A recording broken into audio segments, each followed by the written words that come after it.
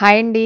ఈరోజు మన ఛానల్‌లో శనగపప్పు మటన్ కర్రీ ఎలా చేయాలో ప్రాసెస్ చూసేద్దామా? లేట్ ఎందుకు మరి? ఈ కర్రీ చేసుకునే 2 గంటల ముందు శనగపప్పునైతే నానబెట్టుకోవాలండి. శనగపప్పు సోక్ అయ్యే వరకు మనం మటన్‌కి మసాలా పెట్టుకుందాం.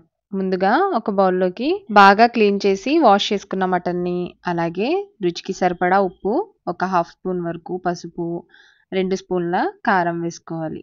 ఇవన్నీ వేసుకున్న తర్వాత ఒక స్పూన్ వరకు ఆయిల్ కూడా వేసుకోవాలి. ఇప్పుడు 2 స్పూన్ల అల్లం వెల్లుల్లి పేస్ట్, అలాగే ఒక హాఫ్ చెక్క నిమ్మరసం కూడా వేసుకోవాలి. ఇవన్నీ వేసుకున్న తర్వాత ముక్కలన్నిటికీ మసాలా పట్టేలాగా అయితే బాగా కలుపుకోవాలి.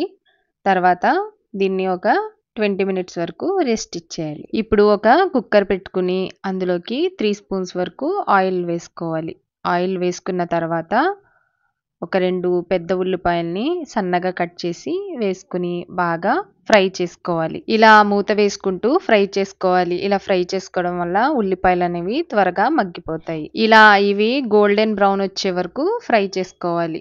ఇలా ఫ్రై చేసుకున్న తర్వాత ముందుగా మసాలా పెట్టిన మటన్ని కూడా ఇందులో వేసేసి కాసేపు మూత పెట్టి వాటర్ వేయకుండానే ఒక 5 మినిట్స్ వరకు కుక్ చేసుకోవాలి. ఇలా కుక్ చేసుకున్న తర్వాత మసాలా పెట్టిన గిన్నెలో ఒక గ్లాస్ వరకు వాటర్ వేసి ఇందులో వేసుకోవాలి. మటన్ ముక్కలు మునిగే వరకు వాటర్ అయితే వేసుకోవాలి. ఇలా వేసుకున్న తర్వాత ఒకసారి కలిపేసి మూత పెట్టేసి 5 విజిల్స్ వచ్చే వరకు కుక్ చేసుకోవాలి. ఒకవేళ మటన్ ఉడకలేదు అంటే ఇంకో 2 విజిల్స్ వరకు పెట్టుకోవాలి. ఇప్పుడు ఇందులోకి ముందుగా నానబెట్టుకున్న శనగపప్పును కూడా వేసుకోవాలి. ఇలా వేసుకున్న తర్వాత కొద్దిగా గరం మసాలా కూడా యాడ్ చేసుకుని మళ్ళీ మూత పెట్టేసి ఒక 2 విజిల్స్ వచ్చే వరకు కుక్ చేసుకోండి. ఒకవేళ ఇందులో వాటర్ తగ్గితే ఒక హాఫ్ గ్లాస్ వరకు వాటర్ను కూడా యాడ్ చేసుకోవచ్చు. కొత్తిమీర లేకుండా కర్రీ ఎలా రెడీ అవుతుంది?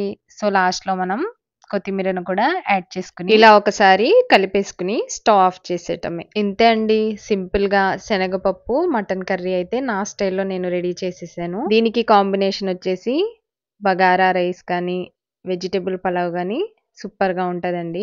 చిన్న పొడుపు కదా, సముద్రంలో పుట్టి సముద్రంలో పెరిగి ఊరిలోకి వచ్చి ఉరుముతుంది. ఆన్సర్ ఏంటో కమెంట్ చేయండి. నచ్చితే లైక్ చేయండి, సబ్స్క్రైబ్ చేయండి. Thanks for watching.